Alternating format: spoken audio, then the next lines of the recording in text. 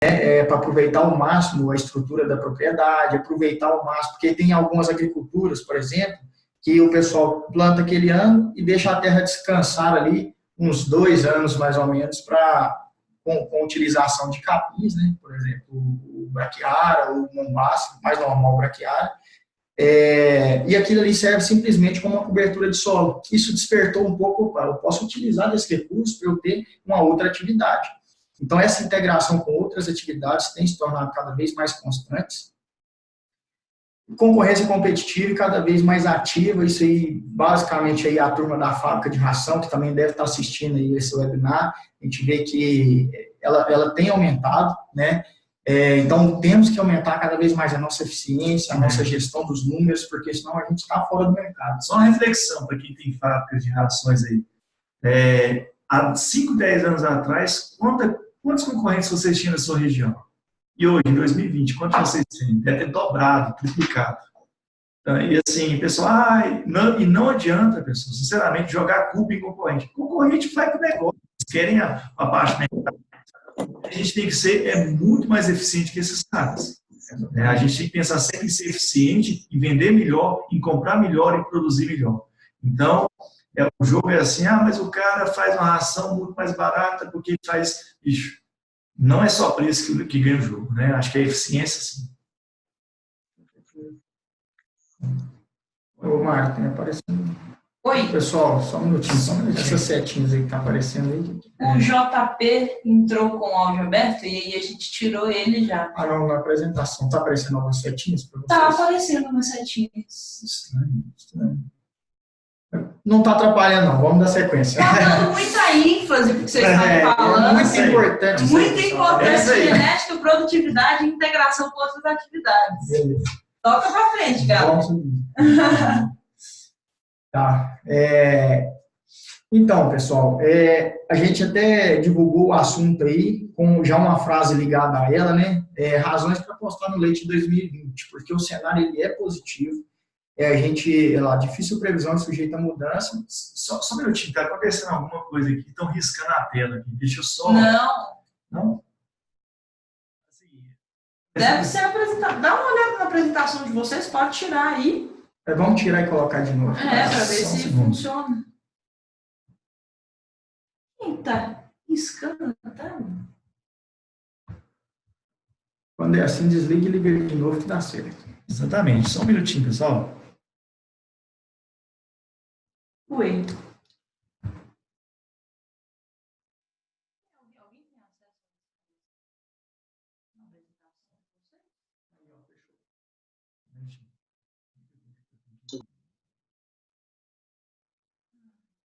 Só um minutinho, pessoal. Problemas técnicos. Tem que falar na voz do Silvio Santos. Oi. Vem você pra cá, vai pra lá. Aí, acho que deu, hein? Oi? E apareceu? Bom. Beleza, pessoal, vamos dar sequência aí. Então, assim, por quais razões devemos apostar no leite em 2020? O mercado, como a gente comentou, é difícil uma previsão, sujeita a mudança no percurso, né? Só que os estudos estão mostrando que será um bom ano. A gente baseou bastante aí nessas referências que a gente colocou abaixo, Milk Point, que é um parceirão da Prodap aí, CPE, Embrapa, Guia Láctea, que a gente já mostrou um artigo aí que a gente trouxe como referência também. Então, assim, a gente pegou alguns números que estão disponíveis para todos, tentou dar uma resumida e a gente discutiu em cima dessa apresentação. Quais os fatores associados a essa previsão, então, dessa boa perspectiva do leite para esse ano de 2020? Primeiro ponto, retomada da economia. Eu não vou entrar no detalhe de cada um nesse slide, porque a gente vai comentar sobre cada um posteriormente, né? Oferta restrita de leite, mercado externo em alta, né? O dólar alto, e resultado econômico da atividade. Então, é basicamente em cima desses 4 pontos que a gente vai tratar nessa apresentação. Vamos mostrar números e fomentar um pouquinho sobre a experiência que a gente tem, algumas opções que a gente pode ter aí durante o ano para ter assertividade nas tomadas de decisão. O primeiro ponto aí, retomada da economia. Pessoal, esse aqui é o Boletim Focus da última sexta-feira, né? É um relatório de mercado do Banco Central do Brasil, que ele pega algumas perspectivas de alguns especialistas, de alguns bancos, e coloca aqui.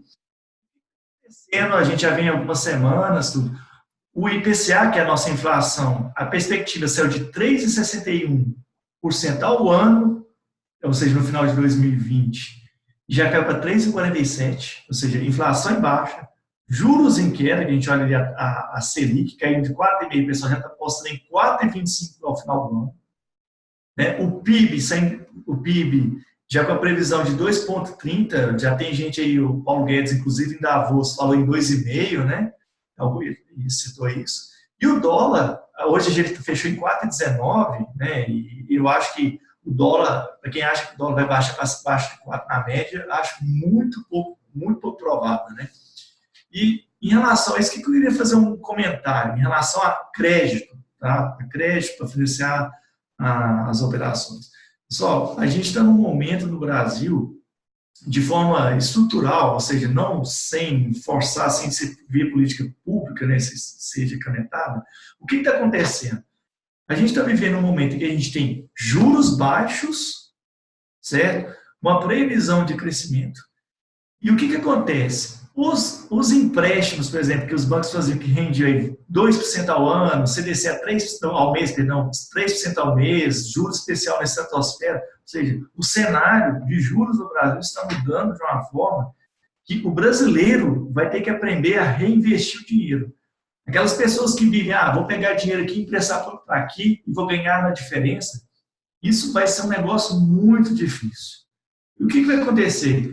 Os bancos, eles vão fazer análise de negócio. Eu acho que cada vez mais o dinheiro vai estar na produção, ou seja, em setores aí que eles vão dar um retorno acima, né, da taxa de inflação, acima do que o mercado espera. Então, esse cenário que o pessoal simplesmente pegava dinheiro daqui, emprestava para lá, que a gente fala de rentismo, eles, no Brasil, acho que nos próximos anos aí, cada vez pior o cenário dessas pessoas que vivem assim. Então, isso é muito bom para a gente, né, da pecuária, né, desse negócio, porque vai vir dinheiro para cá. Porque pecuária sempre vai dar mais que 3,5%, 4,5% ao ano. Com certeza. A pecuária dá esse resultado. Então, a chance da gente pegar dinheiro, ter mais dinheiro disponível, a gente conseguir crescer, ela é muito grande. Então, vocês fiquem de olho, porque as linhas de mercado, ou seja, investidores, ou seja, nós vamos ver isso cada vez acontecer mais. A gente pode ver algumas aquisições entre empresas, etc. Então, é uma oportunidade de acontecer, né, Fátima? Exatamente. E até pensando aí nesse cenário, a gente comentou, esse é o número hoje, e a gente vê muito questão de tendência, né? Há pouco tempo a gente fez uma apresentação parecida com essa, a gente poderia ver que o PIB, lá, o percentual do crescimento do PIB, estava numa tendência de 1,9. Então, a gente observa o quê? Que há alguns anos o crescimento estava zero, até negativo, chegou depois a passar para 0,5%, que era bem irrisório, e hoje a gente vê aí com 2,3%, Saulo comentou aqui, podendo chegar a 2,5%. Então, isso mostra que o mercado interno ele tá em ascensão. Pessoal, primeira dica da noite, anote aí. Existe uma oportunidade excelente de renegociação de dívidas. Então, se você tem dívida, a hora de você trocá-las é agora. A fevereiro, provavelmente, a Selic vai sair para 4,25. Então, fevereiro é um mês que você tem para poder fazer renegociações bancárias. Então, se você tem dívida, está pagando juros mais altos, tenta renegociar no próprio banco ou tenta transferir a dívida para outro banco. É uma grande oportunidade agora, viu? Acho que é a primeira dica da noite aqui. Excelente. Então, dando sequência aí, esse slide está bem correlacionado com o anterior, né? Quando a gente começa, é cheio de número aí, mas eu vou explicar devagar para vocês entenderem melhor. Esse gráfico é nada mais, nada menos do que quantidade de leite per capita, certo? A gente tem aqui, ó, o consumo per capita, certo? É o consumo de leite por pessoa, certo? Olha lá, a gente vê litros per capita à esquerda, de 80, 180, é o consumo de leite por ano equivalente que eles fizeram nos estudos. Beleza? A gente comparou ali, ó, no eixo horizontal aí, anualmente, para a gente ver como que foi o comportamento de consumo. certinho? Então, quando a gente pega ali, ó, a gente vê que tem um crescimento do consumo de leite, ali até 2015, e a partir de 2015 esse cenário mudou. Foi a gente vê que teve uma retração da economia, que o pessoal começou a diminuir o consumo de leite, e aí a gente saiu de 174 para 166 litros até 2018, certo? E aí esse cenário foi um cenário ruim para a atividade leiteira, porque reduziu o consumo, oferta e demanda, então isso compromete muito o resultado também. A gente pegando agora em 2019, a gente comparado com 2018, a gente vê que teve uma estabilidade em relação a esse indicador. Né? O que nos diz? Já teve algum cenário aí positivo que diminuiu essa queda. Então, tendência de melhoria. 2019 empatou, tendência de melhoria. A gente estava caindo. A economia subindo, né? A economia subindo. A resposta foi essa estabilidade no consumo per capita. A partir daí, com os estudos, a gente acredita que esse consumo tende a aumentar, então a demanda aumenta, consequentemente isso é positivo para a atividade. Certinho? E a oferta de leite, o que está acontecendo com ela? Esse gráfico aí já mostra para a gente em trimestres, né? O que seria a variação da captação de leite comparado com o ano anterior. Vamos pegar lá em 2019. Primeiro trimestre, 2,7%, comparado com 2018. Segundo trimestre de 2019, 7,1%, comparado com o segundo trimestre de 2018. Ou seja, foi aumentando, certo? A captação. Quando a gente chegou no terceiro trimestre, a gente teve uma queda muito grande de captação leiteira. Então, o pessoal, teve gente que saiu da atividade, morte de animais, e a gente vai ver aqui para frente alguns acontecimentos que teve no mercado que impactou isso aí. Beleza? Mas é só a gente frisar aí. A partir do terceiro trimestre, teve um crescimento mínimo comparado com 2018, abaixo do que as pesquisas mostravam. Então, realmente faltou leite no mercado. E uma das coisas que ajuda a gente a entender isso aí, quando a gente pega essa curva de preço do litro de leite, comparando aí 2018 com 2019, a gente vê que a partir de janeiro tem uma ascensão no preço, né? Isso é normal. Só que geralmente ela vai ali até julho, agosto. Teve um pico em 2018, eu não sei se vocês recordam, basicamente foi muito influenciado pela greve dos caminhoneiros. Então, assim, isso aí deu uma ascensão muito alta no preço do leite de leite e, posteriormente, a gente caiu esse preço até o final do ano com a forma mais drástica. Então, foi um ano com um preço que oscilou bastante, né? Isso é um ano difícil de previsões, é um ano que a gente, às vezes, vai tentar fazer algum investimento e pode se frustrar, porque foi um ano de variação muito alta no preço do leite. Já em 2019, a gente vê que já começou de uma base mais alta, né, 1,35 comparado com 1,10, não teve picos tão grandes igual teve em 2018, de 1,63, mas o ano foi mais estável. Então, um ano um pouco mais estável, a gente consegue ter um planejamento um pouco melhor, e o preço médio de 2019 foi maior do que 2018. Então, apesar de ter esse pico, a gente viu que, na média, o preço foi melhor. Por isso que a gente tem que ver o leite como uma atividade anual e não como uma atividade mensal.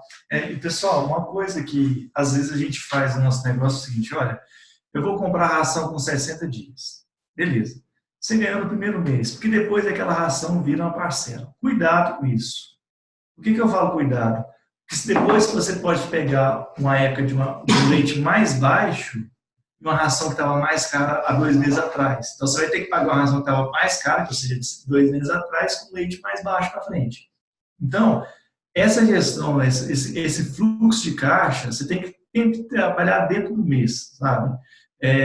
Assim, achar que pagar com 60 dias você está ganhando dinheiro, não, você não está ganhando. Porque a atividade leiteira é uma atividade rotina. Então, tentem trabalhar o que você receber, pagar dentro do mesmo mês que você consumir.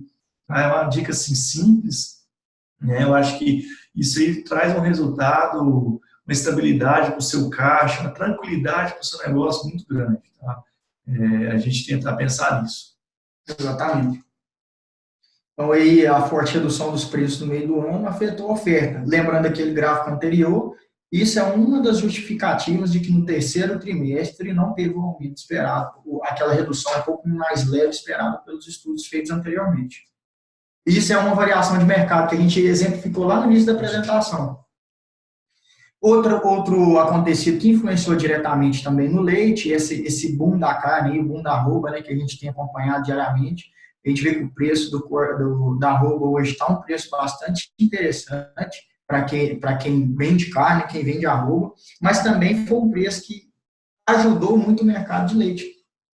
Né? Hoje, o que a gente acompanha na prática, né, Sal? Até trazendo um pouco das experiências nossas aí, muita gente que estava com problema reprodutivo na fazenda leiteira, com vacas ali que demoraram a emprenhar e ficaram com dias em lactação muito avançado, produtividade muito baixa, conseguiu vender esse animal gordo com um preço interessante, a ponto até de colocar uma novilha prenhe ou um animal assim que já está próximo à inseminação no lugar. E com isso aí ele conseguiu corrigir a questão reprodutiva, né? Lógico que seria agir no efeito, mas é muito importante saber que tem essa oportunidade. E isso aí também ajudou muito o mercado do leite. Exatamente. E esse tipo de oportunidade que a gente tem em frente hoje. Olha, se eu tiver a oportunidade de fazer uma venda boa dos meus descartes, por outro lado, o preço do leite está num patamar interessante, antecipa a chegada das novilhas, entendeu? Acho que essa reposição, se chegar elas mais rápido, acho que é importante você trabalhar de acordo com o que o mercado está te propondo naquele momento, né? Ou seja, você tem, como eu falei, você tem que passar pela tormenta, pelo tsunami, mas depois você vai navegar em alto mar. Esse aprendizado, você tem que, o Rafa falou no início, a gente tem que ter persistência, a gente tem que entender e aprender com o negócio, porque ficar no negócio também e fazer sempre a mesma coisa, você vai subir, uma hora vai acabar. Mas estar no negócio, persistir e aprender com os erros e utilizar esse aprendizado aí para passar esses momentos, e você sempre vai colher muito resultado na frente. Exatamente. E outro ponto também, pesquisa aí do Milk Point, que eu achei bastante interessante aqui, é a relação de troca, né? Quando a gente começa a comparar as duas atividades. Quantos litros de leite eu tenho para uma arroba, certo? Ou para comprar litros de leite por arroba. Então, comparando aqui o mês a mês, a gente pegando ali o ano de 2019, está até circulado ali para facilitar o entendimento do gráfico, a gente vê que teve um salto, né? Ou seja, o litro de leite se desvalorizou comparado com o preço da arroba. A arroba teve um boom, o leite está num preço interessante, mas não teve aquele acompanhamento. Olha a linha verde de janeiro até junho. Olha o tanto que o leite estava bom comparado com o boi. Exatamente. Sabe, teve esse pico em outubro, mas olha o tanto que estava interessante. Então, é isso que o Rafael vai falar. Bicho, não olha só o mês. Agora acabou, não sei o que lá, não vai ter mais ureia, não vai ter mais milho, soja. Mas olha o ciclo. Né? Assim, hoje a gente estava até falando isso mais cedo. Quando algumas empresas aí do ramo do agronegócio abrem capital aí na bolsa, a maior dificuldade delas é mostrar para as pessoas que querem um resultado para amanhã que a agricultura, a pecuária, ela tem um ciclo. Ela não é diária, ela não é mensal. Né? Exatamente. Ótimo. E quando a gente pega a questão de importação de leite, né, a gente ainda falando da oferta do leite no país, a gente vê que a importação vem diminuindo, certo? Ou seja, se diminui a importação, diminui o volume de leite no mercado e com isso tem falta de oferta, com a demanda sendo ajustada agora, tendências boas para preço de leite para o próximo ano, de acordo com essas pesquisas. Beleza? Também, considerando aquela questão que a gente comentou da disponibilidade per capita, esse gráfico aqui é bem interessante. Ele mostra aqui, ó, quanto de disponibilidade de leite que tem por pessoa, comparando mês a mês e os 2 anos. A gente vê aqui que, olha outubro aí, ó, menos 4,3% comparado com 2018. Ou seja, está faltando leite com a população que a gente está tendo. Então, sempre abaixo aí é o que também nos diz muito sobre essa falta de oferta de leite no mercado. Sim. Beleza? Então, estabilização de preços elevados, historicamente no final do ano, predispõe a uma base alta para o período de reação dos preços no final da safra. O que isso nos diz? Essa frase é muito importante, que às vezes a gente fala, o preço do leite não está bom, mas comparado com o meio do ano. Como é uma atividade anual, a gente já parte de uma base boa, sabendo o comportamento médio do preço do leite, ou seja, a tendência é que seja um ano de preço bom. A gente já está partindo de uma base boa comparado com 2019, que já foi melhor do que 2018. Exatamente. Oferta e demanda. Né? Exatamente. E o mercado externo, que é bom a gente avaliar também. Então, uma tabela aqui que mostra o quê? O câmbio, né, o preço do dólar e o preço em dólar por tonelada do leite em pó. Aí ele faz uma correlação entre os dois valores. Considerando ali, vamos naquela área ali que a gente circulou, 4,20 o preço do dólar, com 3.350 dólares por tonelada o preço do leite em pó, o preço médio interno, quando ele é abaixo de 1,64, não compensa a gente importar leite. É melhor exportar. É mais interessante a gente vender nesse preço do que a gente importar. Porque o preço do mercado hoje está em 1,35, 1,40, podendo variar de acordo com regiões e produção, mas nos mostra que no cenário atual a importação não está sendo interessante. Por isso a gente reduziu um pouco essa importação. Mas está começando, isso se mantendo e aumentando a oferta de leite no mercado, o Brasil começa a ficar interessante para exportação. Exatamente, que é o próximo slide. Exatamente. Cheio de spoiler. Mas beleza, é isso aí, cara. Então, assim, a gente percebe que além de questão da importação não está sendo interessante, a exportação ela começa a se tornar um cenário viável. Que a gente fala assim, a gente vai chegar num momento muito interessante para o mercado, que isso não é fácil de acontecer aqui para a gente, onde a gente consegue aumentar aí até em 15%, 20%, né, a questão de reduzir, né, a prevenção das importações aí, reduzir 15% a 20% comparado com 2020, e a gente ser competitivo na exportação de leite em pó. Associa os dois fatores. Então, a gente vai diminuir a importação e ser competitivo na exportação de leite em pó. O que também ajuda muito na questão do preço do produto, né, no preço do leite. Mas a gente falou assim dos benefícios, só que o câmbio elevado ele também tem suas contrapartidas no custo de produção de leite. Por exemplo, a gente sabe que a alimentação hoje compõe grande parte dos custos, né? 60%. Cerca de 60% dos custos aí, ou até mais, hoje relacionado com a alimentação do rebanho. E as previsões aí, né, dos estudos também que a gente levantou do Milk Point, sugere 14,5% a mais no preço do milho e 7,5% no preço da soja em 2020, comparado com o ano de 2019, certo? E fazendo uma continha lá de proporção de milho e soja na base das rações que são comercializadas, um aumento aí cerca de 11% na ração para esse ano. A gente vê essa informação, a gente assusta, o preço do leite vai estar um pouco bom aí, vai melhorar, a tendência é que seja um ano de preços bons, mas o meu custo vai aumentar, ou seja, eu estou trocando cebola, né? Estou gastando mais, ganhando mais, então vai ficar na mesma. Mas a gente vai ver para frente aí que tem alguns estudos também que mostram que o resultado para o produtor para esse ano tende a ser melhor do que o ano anterior. Custo de produção registra aumento de 1,93 comparado com 2018, falando de 2019, né? Então a gente falou aqui, ó, a perspectiva para 2020 ser um pouco mais caro que 2019, né? 11% da ração do almoço no slide anterior, sendo que em 2019 já foi quase 2% acima de 2018, né? Mas a tendência é que esse custo ele tem sido acompanhado com a receita. Vamos pegar aqui comparado o preço de milho e soja nos anos de 2018 e 2019. A gente falou lá, ó, de cinza, a gente está acompanhando o preço do litro de leite. Então, vamos só focar nessa linha em cinza aí, ó, 2018 e 2019. A gente vê mais estabilidade do preço de 2019 que 2018. Foi o que a gente comentou no slide, alguns slides anteriores aí. E quando eu comparo isso com o preço de insumos para a produção de ração, a gente vê que teve uma mudança no comportamento do mercado. No final de 2018, teve tendência de queda aí teve queda, né, do preço do milho, queda do preço da soja. Não foi o que aconteceu em 2019. Final de ano a gente teve um aumento nos preços. Exatamente. Certo? E aí quando a gente vê a questão de mercado, essa barrinha lateral aí, é importante que a gente vê que teve menos variação do preço do litro de leite e teve essa questão do aumento no custo no final do ano.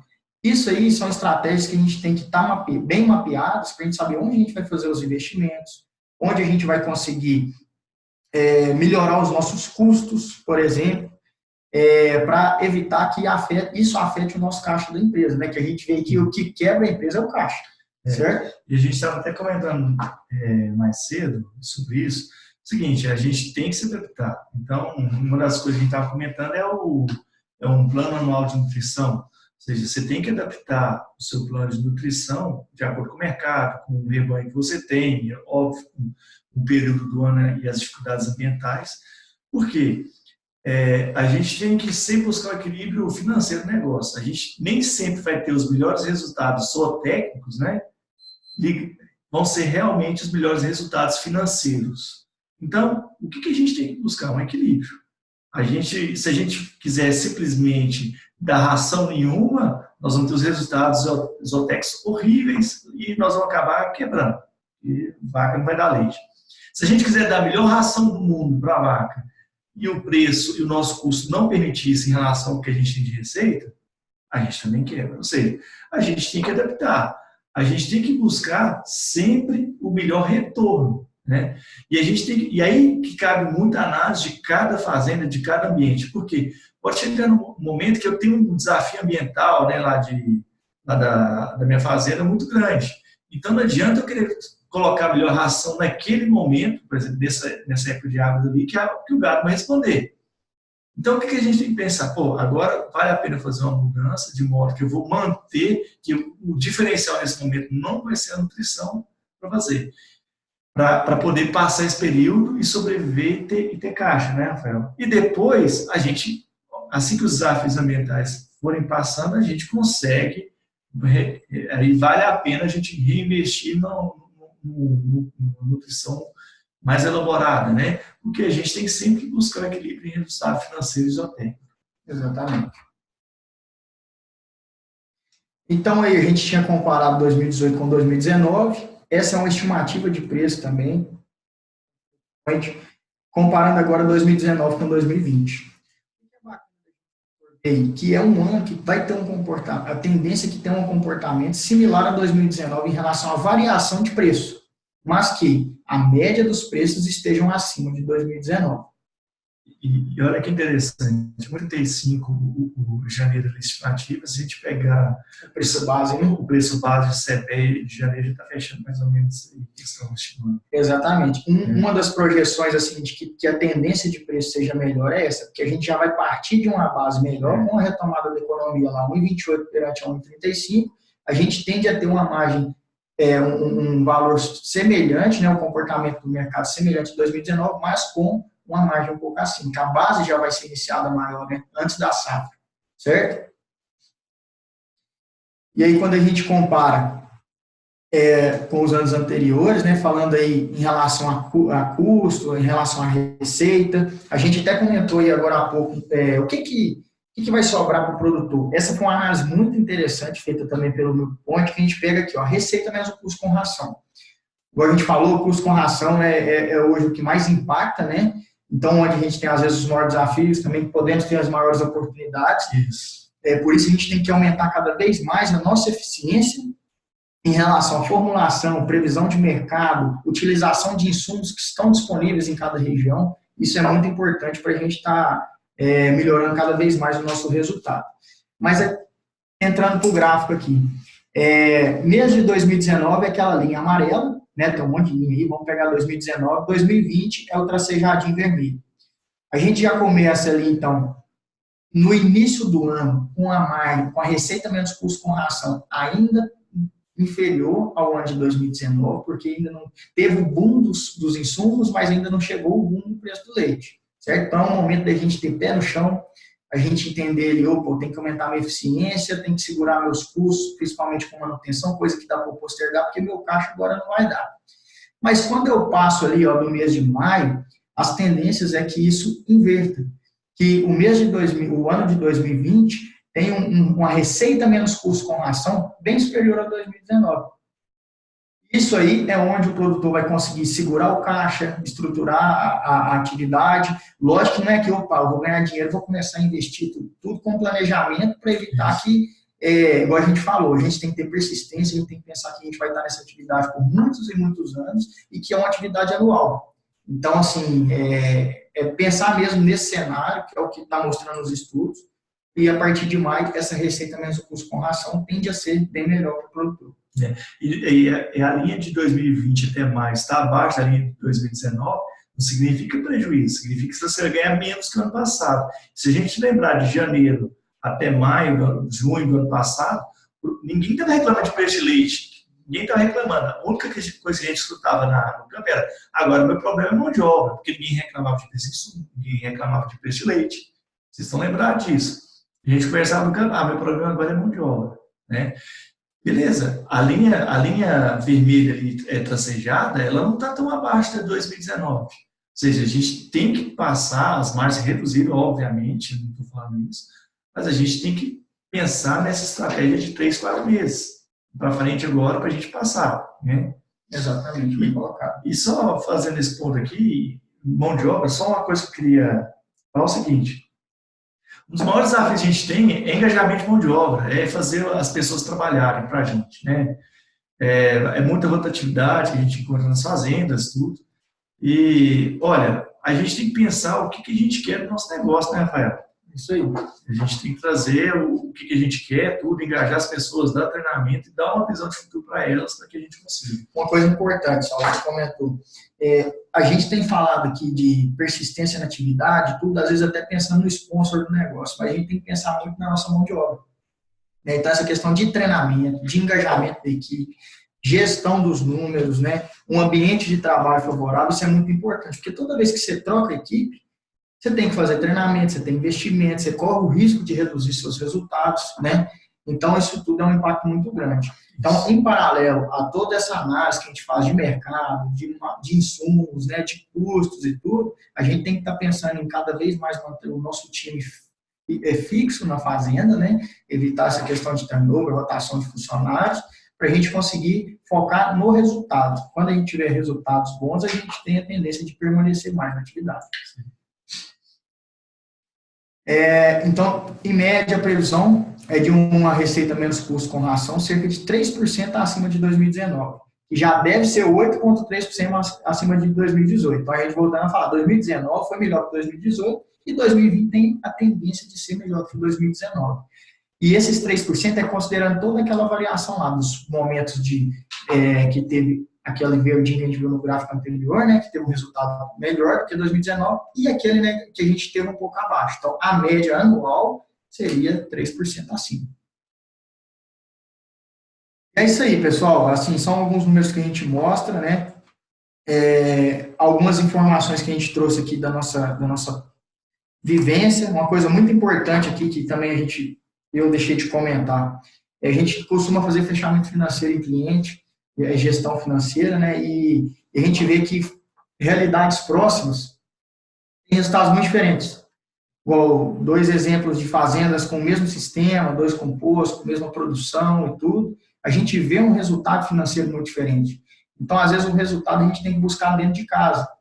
Um exemplo que eu vou trazer para vocês aqui: 2 fazendas que a gente monitora, os custos, a gente encontra o mesmo volume, né? Volto a falar, mesmo sistema, a gente encontra custo com recria por litro de leite, 18 centavos, e em outra propriedade a gente encontra custo de litro de leite de 35 centavos. Então, a diferença aí de 7 centavos por litro, 17 centavos por litro de leite com a recria. Beleza, se for uma fazenda que está em crescimento, né, de rebanho, a gente pode considerar isso, lógico, mas a gente tem que ver o mercado também, se a gente tem capacidade de absorver esse custo, né? E se a gente considerar, por exemplo, uma fazenda média de 5 litros de leite, 30 dias, é uma diferença de R$25 com a recria. Então, assim, são essas atitudes que a gente tem que pensar para a gente otimizar os nossos custos, investir onde dá retorno, né? E a gente melhorar cada vez mais os resultados zootécnicos e gerir esses resultados. Pessoal, uma coisa que eu falei mais cedo, né? Vou puxar a sardinha, abraço para minha sardinha aqui da parte de gestão. Quando o Rafael falou aqui de fazenda, com composto, gestão, pessoal, a fazenda é pequena, a fazenda é grande, ela precisa. Exatamente. Não é, eu não preciso começar a tirar 1.000, 2.000, 3.000, 5, 10 mil litros de leite para começar a pensar em gestão. Olha, o que é gestão? O que é gerenciar? Acho que é um conceito que é importante. Gerenciar é atingir metas, ou seja, é chegar onde eu quero, nos meus objetivos. Acho que é o primeiro conceito que a gente tem que ter aqui.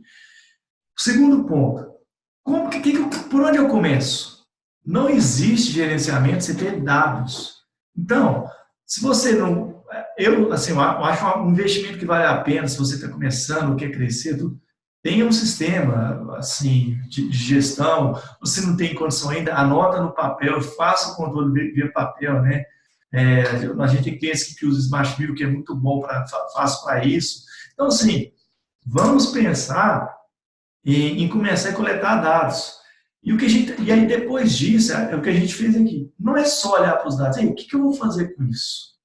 Procura a ajuda de uma assistência, de uma pessoa aí. Começa a usar esses dados no seu dia a dia. Olha, se tem uma vaca que está comendo muito pelo tanto de leite que ela está dando, bicho, eu tenho que dar menos ração para ela, ou tem que secar, etc. Porque sem dados, você não consegue gerenciar. Quem não mede, não gerencia, né? Acho que isso, independentemente do tamanho da sua fazenda, do seu negócio, você tem que pensar nisso, sabe? A gente está falando aqui, a gente sabe que tem gente aqui de fábrica de ração, idem. Se você tem uma fábrica de ração grande, você tem que colocar gestão dentro dela, tem que ter meta de venda, meta de custo, né? Meta de produção. Se você está começando, quer ter uma fábrica, quanto tempo que você quer, ou qual é o ponto de equilíbrio de uma fábrica? Então, assim, gestão. E gestão sempre será facilitada pela tecnologia. Hoje em dia não adianta a gente fugir das coisas, né? A gente tem que aproveitar a tecnologia a nosso favor, né? A gente passa do fazenda hoje que a gente consegue pegar um celular, ou a gente consegue, nem que seja via rádio, ter uma internet. Mas se eu não conseguir fazer isso agora, bicho, vamos começar papel de pão, vamos começar. Igual o Caio Ferreira fala muito, ele até pediu para eu citar o nome dele aqui na apresentação. Um abraço, Caio. Ele brinca muito que o bom é inimigo do ótimo. Então, o negócio é começar, né? O negócio é começar anotando e, principalmente, pensar na apuração dos dados. Não adianta você analisar dados que tem risco de ser coletado errado, porque você vai tomar a decisão errada. Então, o primeiro ponto, apuração. E começar. Pode ser uma apuração simples e tudo, mas tomar decisões em cima de dados, que são confiáveis. Porque se a gente começar a lançar dados, vamos coletar dados para todo lado, vamos tentar fazer tudo. Aí, às vezes, os dados vão chegar de forma errada, porque o pessoal vai querer te entregar aquilo ali de uma forma mais fácil, e aí suas decisões vão ser tomadas em cima daquilo. Isso. Pessoal, só mais um ponto aqui, a gente vai abrir as perguntas daqui a pouco. É o seguinte, eu sei que quem tem fazenda, quem tem o seu próprio negócio, uma das grandes dificuldades é separar o dinheiro da fazenda do dinheiro próprio. Eu vou ser bem direto. Se você não consegue separar, você vai ter problemas. Se você já não está tendo, você vai ter problemas. Por quê? A partir do momento que você não sabe o quanto que a sua atividade consegue te remunerar, porque você mistura o dinheiro do aluguel, o dinheiro que você tem que mandar para o seu filho, o dinheiro que você tem que colocar gasolina, você tem um problema sério. Você tem que ter o seu salário. Se seja o seu salário como gerente da fazenda, como gerente e o vaqueiro da fazenda, etc. Você tem que separar. E depois, por isso que eu estava voltando de apurar, depois o que apurou, depois eu ter me pagado como funcionário, eu vou conseguir ter uma parte desses lucros, né? Então, não existe negócio que você não consiga separar dinheiro próprio de dinheiro do negócio. Então, façam isso. Tá? É a primeira coisa, uma dica. Essa é uma consultoria grátis que eu estou te dando. Faça isso, porque você vai ter problemas. Exatamente. Eu vou aproveitar para dar uma palavra sobre isso também. Deixa eu tentar abrir minha câmera aqui. É engraçado. Abri. Estou aqui, pessoal. É engraçado porque a gente começa a perceber que existem algumas diferenciações no campo, às vezes não conseguem fazer a respeito de gestão. Então, não tira da produção para colocar no mercado de casa. Isso talvez seja uma regra básica para a gente tentar começar a enxergar a profissionalização do negócio, né? Gravei o último episódio do podcast com o Léo, nosso presidente, e o Hassan, e eles falaram muito sobre isso, sobre a profissionalização. Sabe, eu acho que é super importante a gente começar a entender que a fazenda, mesmo que tenha sido da sua família por gerações, mesmo que seja no quintal da sua casa, mesmo 10 vacas, é um negócio. É um negócio que você tem que se pagar como funcionário, que você tem que entender quanto o negócio está dando de lucro, quanto está dando prejuízo e onde. Eu acho que é uma grande dificuldade, assim. E aí a mensuração de dados, ela talvez venha como um segundo passo. Você tem 10 lá, quanto cada uma está dando por dia? Quanto está deixando de dar? Quanto você está gastando com cada animal? E aí você vai começar a perceber, talvez, um passo atrás dessa gestão de mercado que a gente está falando, como é que você se coloca o seu negócio no mercado. Porque a gente recebe muito feedback aqui de pessoas que estão achando cada vez mais difícil se manter na profissão. E realmente, a gente está tendo uma evasão muito grande, mas eu acho que vem muito dessa tendência de não conseguir ver o negócio a longo prazo e não conseguir entender onde é que está errando, porque gera uma frustração muito grande. Eu queria que vocês comentassem sobre isso. Pode, pessoal. E, olha, você é produtor rural. Geralmente, muitas pessoas controlam o negócio por meio de fluxo de caixa, ou seja, o quanto que eu tenho que pagar, o quanto que eu tenho que receber. Pronto. Beleza. Isso tem que ser feito. Agora, você só vai saber onde você está perdendo ou ganhando dinheiro se você fizer o controle dos dados, do dia a dia, da sua rotina, o gerencial que a gente fala, ou seja, que vaca que está me dando produção, o que ela está comendo, o que eu estou gastando de remédio nela, ou seja, pessoal, mas isso é difícil, é chato, mas tem que ser feito. Olha, não tem outra forma de eu te dizer isso, olha, não, vai lá, mas se você quiser ficar no negócio, e ser bem direto, você tem que partir para um nível de gestão que talvez hoje você ache que seja desnecessário, você acha que é muito difícil. Olha, é difícil, né, Rafael? Mas é necessário. Eu particularmente, é difícil? Será? Será que é difícil? Acho que é difícil é a mudança. Eu acho que está na cabeça, sabe por quê? Porque hoje a gente tem tanta ferramenta, tanta tecnologia que facilita aí. A vaca passa aqui, ela tem um código de barra nela aqui, você já vai vir para a vaca, bicho. Não tem... Hoje recurso tem, né? É aquele negócio que a gente falou, basta começar. Recurso acessível, né? Acessível, com certeza. As pessoas às vezes têm medo da mudança, né? Porque falam, eu não vou fazer, e cria todo um cenário, uma barreira ali para mudar o comportamento. A gente sabe que não tem resultados diferentes com as mesmas atitudes, né? Então, eu acho que se quiser realmente permanecer no mercado, melhorar os resultados, querer que o seu filho continue o que você começou também é muito importante, porque às vezes a gente fica só reclamando, tá difícil, e escorando às vezes no mercado, e a nossa família convive com isso todo dia, vai chegar num ponto que o cara não vai querer permanecer naquele mercado. Ele vai falar assim, vou buscar outro negócio. Meu pai está ali todo dia. Meu pai vai inchando, falando que está ruim, é complicado. Exatamente. Pessoal, então, dicas, tá? Primeira coisa que a gente quer que você pense aqui hoje. O que você pensa para o seu negócio? Você quer continuar nele? Beleza. Você quer. Espero que você queira. Se você quer continuar no negócio, o que você vai fazer? Primeira coisa que você tem que fazer é o seguinte. Hoje, eu tenho meu negócio na mão, eu gerencio bem ele, eu sei onde que eu ganho e eu perco dinheiro. Ou, se eu não sei, vamos começar por aí. Tá, é o primeiro ponto, vamos começar por aí. Depois que você começar por aí, toda essa questão, milho subiu, isso vai ser parte da sua rotina. Né? Então, isso vai ser muito antes de você querer ser o pessoal usa uma palavra bonita, um trader, um negociador de milho aí, que não é o seu negócio, isso tem que viver da fazenda.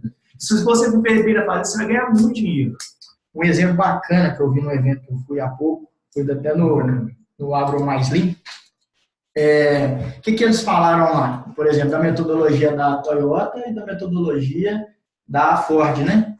Que a Ford era uma empresa que tinha muito caixa, muito dinheiro, e aí eles absorveram tudo para eles. Eles conseguiram produzir tudo. Então, eles foram produtores. Vamos jogar isso para o leite. O cara estava lá, ele era eficiente em produção de silagem, ele era eficiente em produção de recria, ele era eficiente em produção de leite, e às vezes até eficiente em envasar esse leite e disponibilizar no mercado final.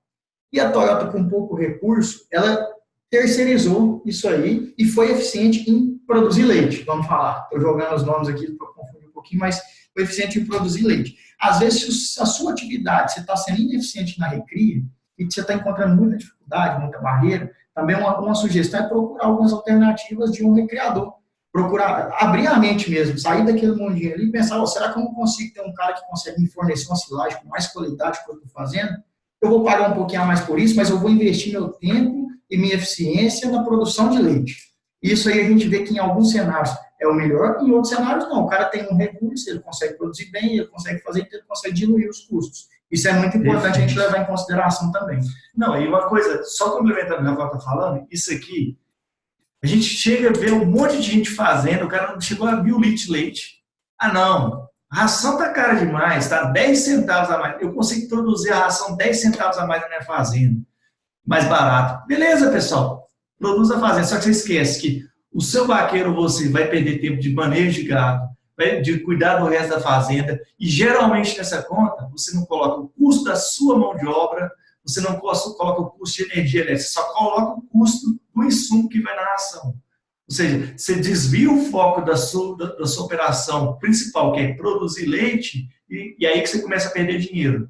Porque a nutrição, ela é grande parte do seu custo, mas você perde muita grana no manejo. É isso aí. Eu queria abrir para as respostas, para as perguntas do pessoal, saber se tem alguém que gostaria de tirar alguma dúvida de rotina, que está passando por alguma dificuldade. Eu acho que é um momento de mercado que as pessoas tendem a estar muito sensíveis. Aí eu queria, nós temos aí 49 pessoas online, por onde começar a fazer a gestão, vocês já deram algumas dicas aí. Como é que que o produtor pode se comportar nesse próximo ano? Queria saber se alguém tem alguma... o pessoal vai receber o e-mail na apresentação. Quem quiser a apresentação gravada é só me pedir. A gente tende a disponibilizar para as pessoas que estão aqui online. Pode ser que depois de algum tempo também a gente consiga disponibilizar para todo mundo e vai ser divulgado nas redes sociais. Boa. Okay. Inclusive, estavam me perguntando isso aqui agora. Estou perguntando? O pessoal manda entrar no link só. Bravo. Alguém? Então, acho que é legal a gente encerrar com um aprendizado aí, de tentar trazer o negócio sempre. Eu acho que isso que o Rafael estava falando, de tentar fazer parceria, se aplica também a qualquer negócio, qualquer gestão de negócio. Às vezes não vale a pena a gente tentar produzir tudo, a gente tentar ser ativo em todas as áreas, focar no que é preciso, entender onde você quer chegar. E às vezes aumentar a produção de leite, ok, é um bom, mas às vezes a pessoa tem um outro foco, às vezes ela quer fazer ensilagem, às vezes ela quer vender o gado de reposição para outras. Então, assim, entender mesmo onde é que você se encaixa nesse panorama e focar nisso. Estabelecer 2 metas, 6 meses. Daqui a 6 meses eu quero medir isso e quero ter resultado. Eu acho que é um bom caminho. Pessoal, vou dar uma dica de leitura aqui. Tem um livro que chama Tríade do Tempo, que é do Christian Barbosa. Eu gosto muito dele. Ele fala muito sobre produtividade pessoal, né, de tempo. E ele fala o seguinte: rapaz, sabe o que é o grande problema? Você querer fazer 1000 coisas ao mesmo tempo. Falta de foco. Nós sempre vamos procrastinar, ou seja, a gente sempre vai deixar alguma coisa para depois. Mas aquilo que é importante, você não pode deixar para lá. Então, assim, o segredo do negócio aqui é o seguinte: foco. Veja o que é importante para você. Se você quer ter tempo com essa família, se você não for produtivo no seu negócio, você não vai ter tempo com a sua família. Isso, assim, vale para qualquer negócio. Então, se você quiser fazer o mundo dentro do seu negócio, a fazenda, querer absorver tudo, sabe o que vai acontecer? Você vai ser ineficiente. Ficar refém da atividade. Você vai ficar refém da atividade e você vai ser ineficiente. Ou seja, foca no seu negócio, foca em produzir bem, com custo barato, produzir muito, para que você consiga diluir seus custos fixos e que você consiga ganhar dinheiro. Esse é o negócio, a gente quer que vocês ganhem dinheiro. Né? Acho que é o principal ponto. Então, como a gente falou, decida se você quer realmente ficar no negócio, quer ficar no negócio. Depois de ficar no negócio, como está meu nível de gestão aqui, meu nível de tecnologia, antes de querer saber, mas o milho foi a 58, foi a 40, não sofra com isso, porque isso o mercado todo está sofrendo, não é só você. Seja bom no seu negócio. Faça seu arroz com feijão. Faça seu arroz com feijão, não inventa moda não. É isso aí. O Kleber perguntou, em relação ao planejamento estratégico, pensando em uma atividade de longo prazo, quais são as variáveis mais importantes a serem avaliadas e planejadas dentro da gestão? falando aí de algumas metas. Pessoal, planejamento estratégico. Fresquinha, Eu estou fazendo um planejamento estratégico de 2 clientes nossos agora. O que acontece? O planejamento estratégico, a gente tem que imaginar um sonho, né? Onde que a gente quer ir, o que a gente quer chegar. E dentro deles, o que a gente tem que avaliar? Olhando para o mercado como um todo, né? E sair fora da caixinha. Porque hoje, as mudanças tecnológicas estão acontecendo a uma velocidade tão grande que novas oportunidades e também novas ameaças que a gente está pensando fora do seu negócio, oportunidade, o que está fora da minha fazenda hoje que eu poderia fazer, ou que eu poderia incorporar para o negócio que eu ainda não incorporei. Primeiro ponto. Outra coisa que eu tenho que olhar é o seguinte, o que são as ameaças? O que hoje eu estou vendo que está fora que pode aqui estragar meu negócio, ou seja, dificultar aqui. E aí, outra coisa também, ser humilde, olhar para dentro. O que são minhas forças? O que eu sou bom e o que eu tenho fraqueza? O que eu tenho que melhorar? Ou seja, você tem que fazer essa análise de ambiente seu, acho que é o primeiro ponto. E o planejamento estratégico vai te trazer o seguinte, um caminho. Ele vai te ajudar a o que você deve fazer e também vai te ajudar o que você não deve fazer. E as escolhas do que você deve fazer são tão ou mais importantes quanto o que você não deve fazer, né? E depois desse planejamento estratégico, qual é o nome dele? Kleber. O Kleber. Depois desse planejamento estratégico, o que você vai sair dele? Olha, minha visão, o que eu quero para o meu negócio? Quais são as minhas dificuldades, as minhas forças para eu chegar lá? A partir daí você vai conseguir definir estratégia. O que é estratégia? É o caminho para chegar lá, para chegar no seu objetivo, na sua visão.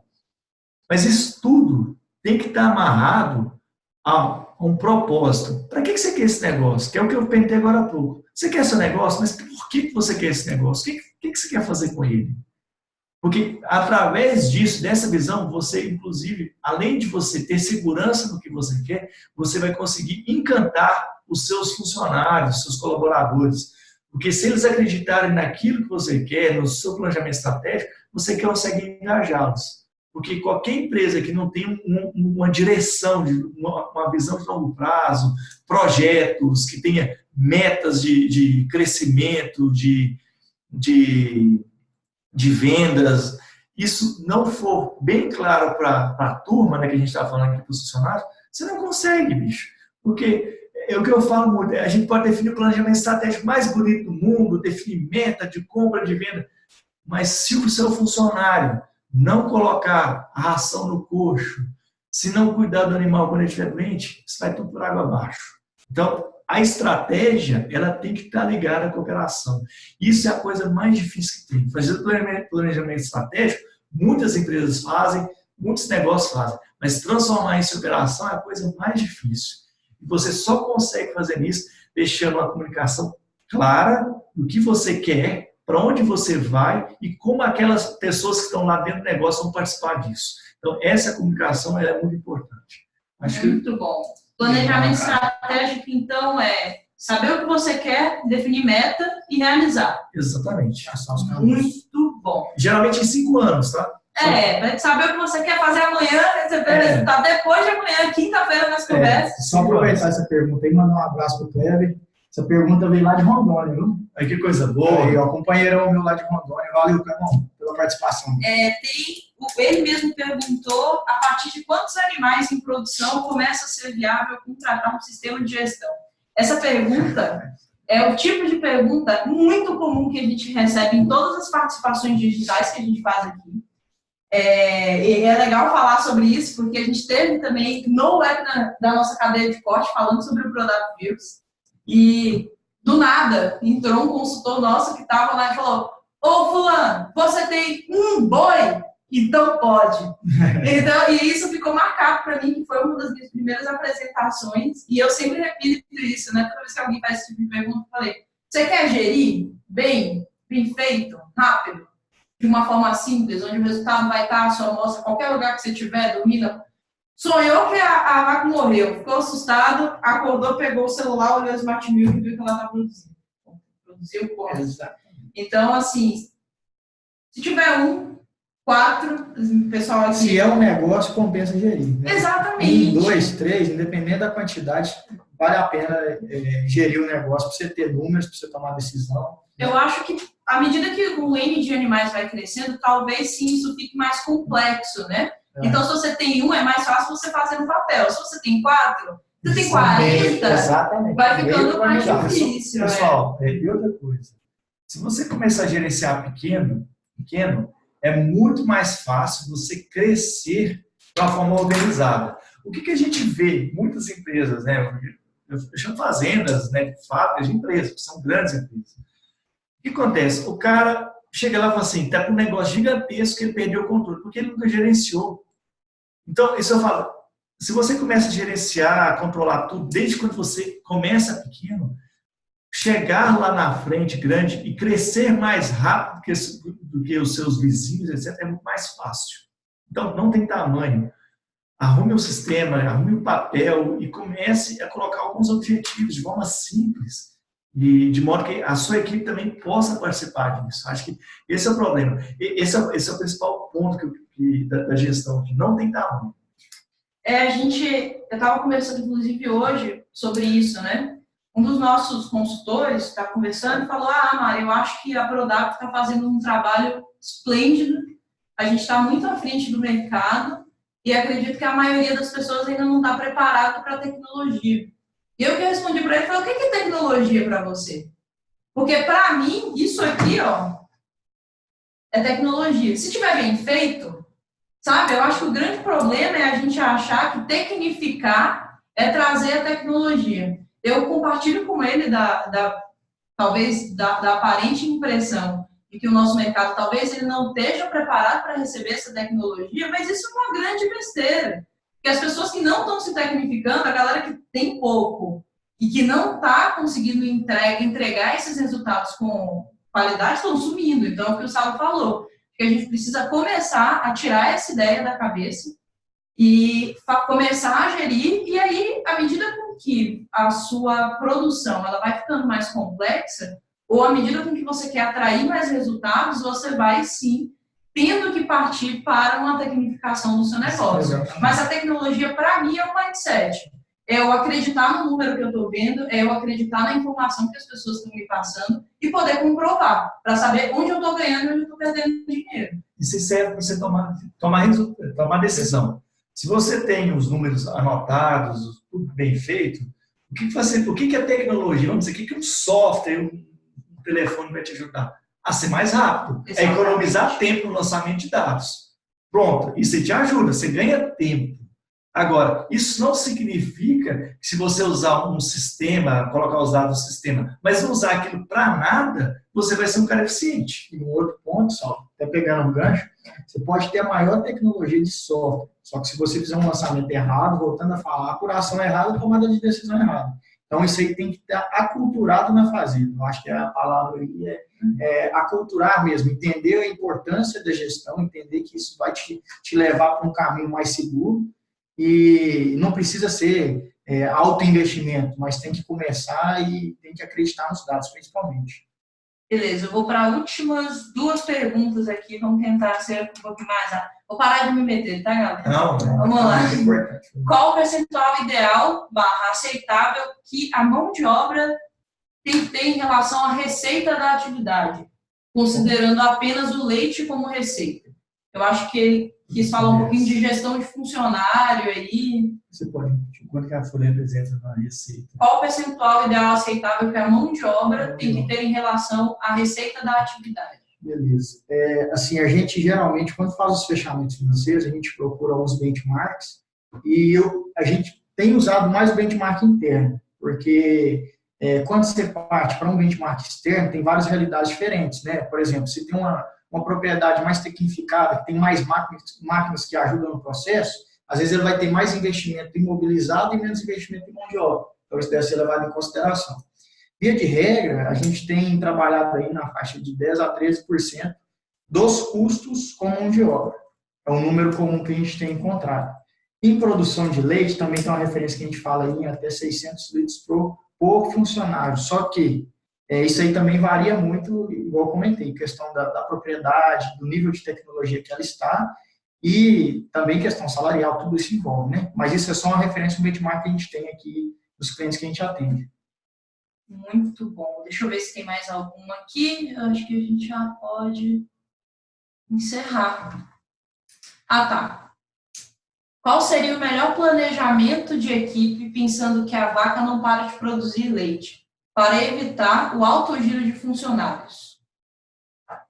Eu acho que ele quis dizer que ele vende folgas e escalas de funcionários. Assim, estratégias para manter os funcionários, evitar o que a giro. produção tem aumentado. Eu acho que é mais ou menos nesse sentido. Então, a gente tem observado isso muito nas fazendas, né? Os proprietários tentando aumentar a produção, logicamente para diluir custo fixo, melhorar a receita, melhorar o resultado financeiro da fazenda, e às vezes ele tentando fazer isso mantendo a mão de obra. Então, a gente tenta trabalhar na eficiência. 2 pontos. A gente tem que dar condição de trabalho, né? Primeira coisa, eu acho que a pessoa tem que ter uma condição de trabalho, porque senão ela não vai permanecer. Se ela vê dificuldade no processo, igual um exemplo que o Felipe Aguiar, até parceiro nosso, conta muito para a gente aí, que ele passou. Na propriedade dele lá, eles estavam tendo problema com qualidade de leite.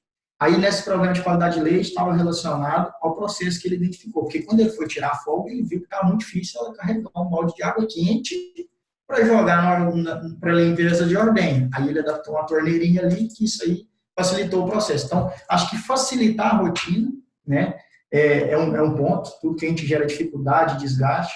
Né? Questão de remuneração também, eu acho que é importante a gente ver o que o mercado realmente está pagando, ver se a gente não está fora, porque quando se começa a destacar uma pessoa dentro de uma empresa, considerando fábrica ou fazenda, essa pessoa, o mercado vai ficar sabendo. E se você está fora do mercado em relação à remuneração, também é um ponto muito importante você perder essa pessoa. Certo? E geralmente você perde aqueles que estão entregando mais. Isso aí o impacto é maior. Eu acho que, só complementando, eu acho que todo mundo, em qualquer empresa que você trabalha, você quer ter uma visão de futuro. Como você se enxerga dentro daquela fazenda, dentro daquela empresa? Então, você está alinhado ao propósito, aos valores das pessoas que trabalham ali, porque se eles não estiverem, se essa pessoa não estiver satisfeita, se ela não se enxergar ali em 1, 2, 3 anos, ela vai procurar outro emprego. Sabe, salário é importante, condição é importante, e ter uma visão de futuro, estar ligado ao negócio a longo prazo, também mantém a pessoa, né? Acho que a gente não pode esquecer disso. Ela entender a importância dela naquele lugar. Exatamente. Senão ela vai começar a se sentir desmotivada também, é um ponto. Porque é o seguinte, a gente tem que ter esses 3 pontos mesmo, porque não é só tapinha nas costas e motivação que segura a pessoa tem que ser bem remunerada, tem que estar dentro do mercado, mas ela tem que sentir parte do negócio. Acho que isso aí é... E a gente tem alguns cases muito legais, como a instalação do Smart Milk, né? E até da própria STP mesmo, quando a gente dá o segundo passo aí para alguns players maiores. O Smart Milk eu acho que vem como um programa para dar uma projeção de tudo que foi feito, dar um retrato da fazenda e o funcionário, normalmente, ele acaba vendo o trabalho dele expresso ali pelo sistema. Então, eu acho que é bacana também a gente dar essa visão do software, né? Que o software ele vem também para ajudar o humano. Ele também vem para te dar mais tempo com a sua família. Ele também vem para que o seu funcionário consiga ver qual é o impacto do trabalho dele. Porque se ele vai passar um dia sem aparecer na fazenda, no outro ele consegue ver dentro do sistema. Então, assim, eu acho que a gente também... a tecnologia, ela vem para te ajudar. A tecnologia vem para te mostrar resultado, a tecnologia vai vir para conseguir te dar mais tempo dentro da fazenda e também para ajudar a que os seus funcionários tenham uma noção de crescimento de negócio, que isso também mantém muita gente dentro, né? Pra se sentir valorizado, falar, pô, eu agi dessa forma e a partir daí eu trouxe esse resultado para minha fazenda. Sentir dono. O resultado visível para a equipe é muito importante. Gestão à vista. Gestão à vista, é o que o software dá. E dá aqui, ó, tem todo com a gente, né? É uma coisa muito boa. Exatamente. E outra coisa que você comentou até do Smart Milk que é bacana, igual hoje, aquele mito de que não tem internet, não tem celular na fazenda, isso aí realmente está virando um mito. Foi feito um levantamento na região, uma das regiões que a gente atende, sei lá, 80% das fazendas todas já estão aderidas à internet, ao uso do smartphone, e a gente vê que essa tecnologia já chegou no campo. E aí o funcionário gosta de mandar foto, tirar foto e tudo. E se ele estiver acompanhando isso junto com os dados reprodutivos, por exemplo, na fazenda, os índices zootécnicos, produtividade, ele consegue ali naquele momento já tirar uma foto do animal, mandar para o essa aqui é a vaca tal, ele já consegue abrir no aplicativo e ver o histórico da vaca. Isso aí dá um aporte para ele muito grande e ele se sente valorizado perante ao sponsor ou a quem ele está respondendo ali na propriedade, por exemplo. Então, com certeza, é um apoio que vem para ajudar a equipe. Muito bom, meninos. Obrigada. Vamos encerrar por aqui, pessoal. Obrigada a todo mundo que participou. Quem quiser a apresentação, pode me pedir lá pelo e-mail. O contato do Rafael e do Saulo também. Estamos aí abertos nesses próximos dias para receber perguntas, tá? Tchau, tchau. Isso aí, pessoal. Muito obrigado, viu? Boa noite. Boa noite.